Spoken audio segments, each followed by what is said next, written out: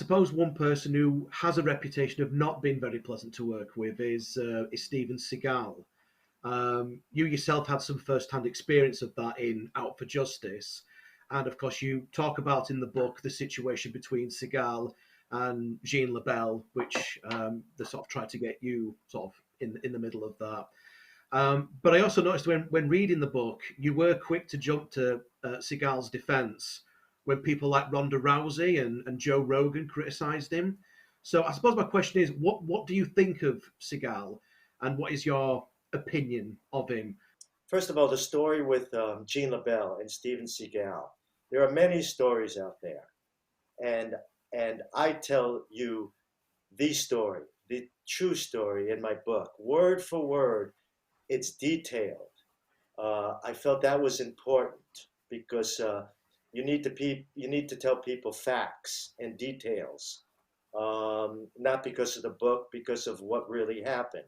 There are many stories out there. I explain what happened. There are people calling me a liar, and I would say shame on them. And it's even more than shame to go on an interview and to literally lie.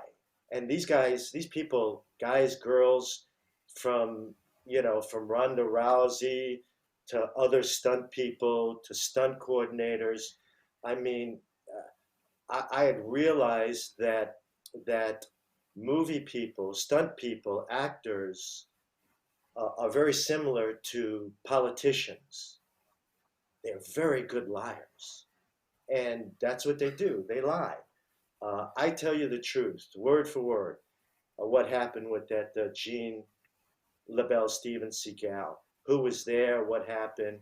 You know, I've had stunt guys all the way up to the stunt coordinator of the show tell fantasy stories, and it breaks my heart because these are my friends.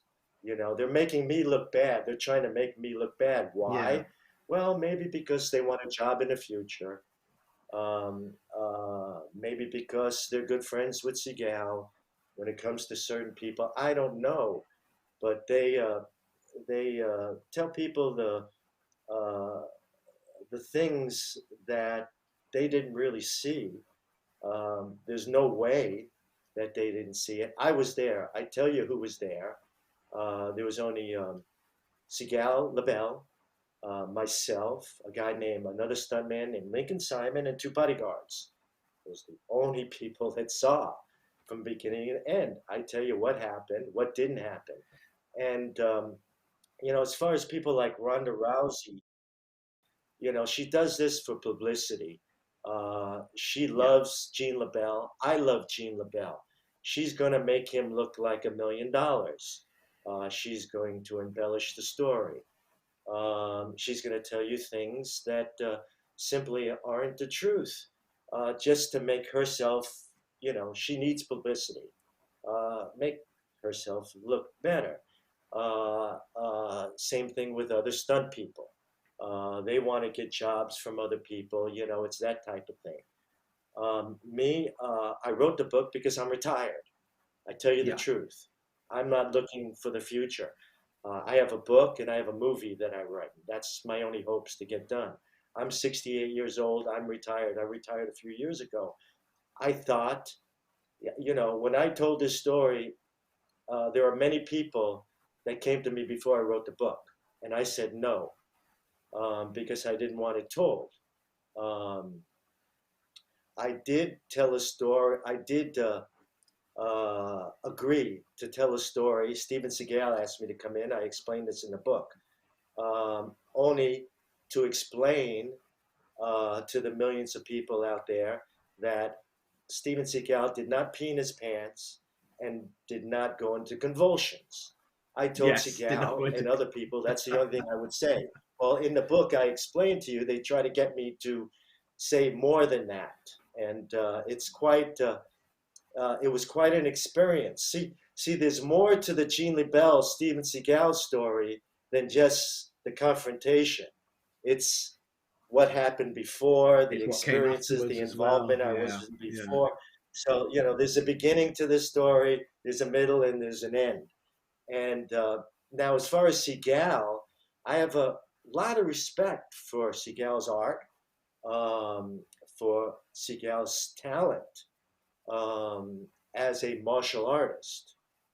As a movie maker, sorry to say I have very little respect because I worked on a few Seagal pictures and was very involved with Seagal in a lot of pictures. He's asked me to stunt coordinate, fight coordinator a couple of his pictures where I wasn't able to.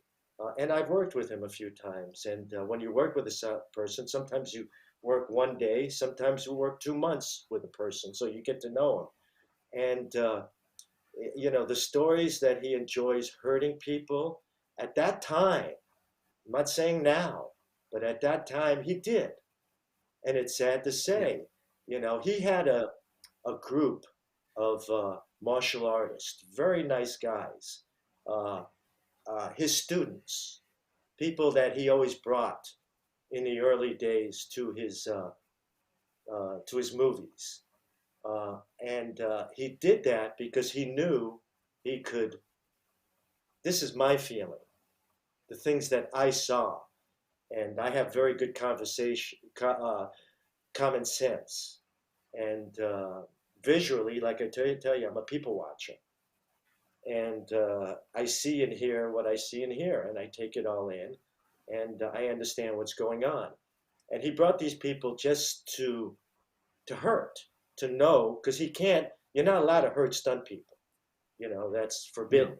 Accidents happen, but deliberately. And he brought these people in, and I would go to them. I would walk over to them and get with my stunt bag, and my stunt bag, one of many things that are in a stunt bag are pads to protect you, elbows, knees, hip pads, back pads, you know, uh, things like that. And I would offer them up, because they were getting slapped. There's nothing wrong with putting on pads. People don't see it. It protects you so you can work in the future. And they would say no because he wouldn't allow it. True stories. Yeah, I tell you a story in that book where he tried to hurt me, and thank God I'm like a monkey, and I was able to twist out of it in midair. Otherwise, my arm would have been broken in half. And I mean, when something like that happens and you get out of it and you put a stop to it, you cut. My heart was going a Yeah. mile a minute because there was a split second there where if I wouldn't have been so fit and so understanding of martial artists and being a martial artist, having that understanding how to twist out of it, he would have broke my arm in half. And so that's the kind of things he had in the past, many, many, many Yeah. years. And there were many stunt people, friends of mine, who he hurt. He was prone to hurt you. You know, he didn't understand that if you hired a good fight man, he would make it look better than if you hurt him for real, if you hit him for real. He just didn't understand that. There's a thing Yeah. called body language. And in a movie business, to understand, that's why Bruce Lee was so good to Jim to Kelly, the dancer. Yeah. Jim Kelly. That's why they were so good. Was their action acting, their facial expression, their body language. A good fight man understands that, and that's what they bring to the fight. If you don't let that in, and if you just want to hurt the person, just hit him and he goes down. You don't see what you're doing, Steven Seagal, isn't going to be exciting on screen. And he enjoyed that, unfortunately, sorry to say. Now, as far as understanding when people mislead the world, like Ronda Rousey and whoever else, when they tell stories about him and Gene LeBell, that story, I feel sorry for him. He's been with this story for, a long, long, long time. And it's Yeah. really hurt him, unfortunately. And I feel bad for him, you know, uh, and I do some interviews in private. And I tell this story. I said, here's an idea. If you did an interview, if you talked to Gene LeBell, and I'm sure Gene LeBell would agree with this because I know Gene LeBell very well. We're very close. And if you get Steven Seagal, and if you talk to both of them and get them together on an interview, have them walk in, write something funny. You can write something funny about that. Hey, I hadn't seen you since that time you peed in your pants, Gene LeBell. No, no, you went into convulsions, Steven Seagal. Write something like that. And they hug and kiss and talk about old memories and people and shake hands and leave. I said, everybody will forget it. Gene LeBell wants to do it, but Steven Seagal doesn't want to do it. And if you did something like that, the whole thing would end.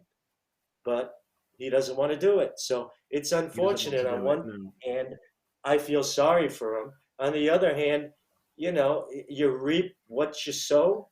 Is that what they say? In America. That is what this. Yes, that is the saying. Yeah. Yes.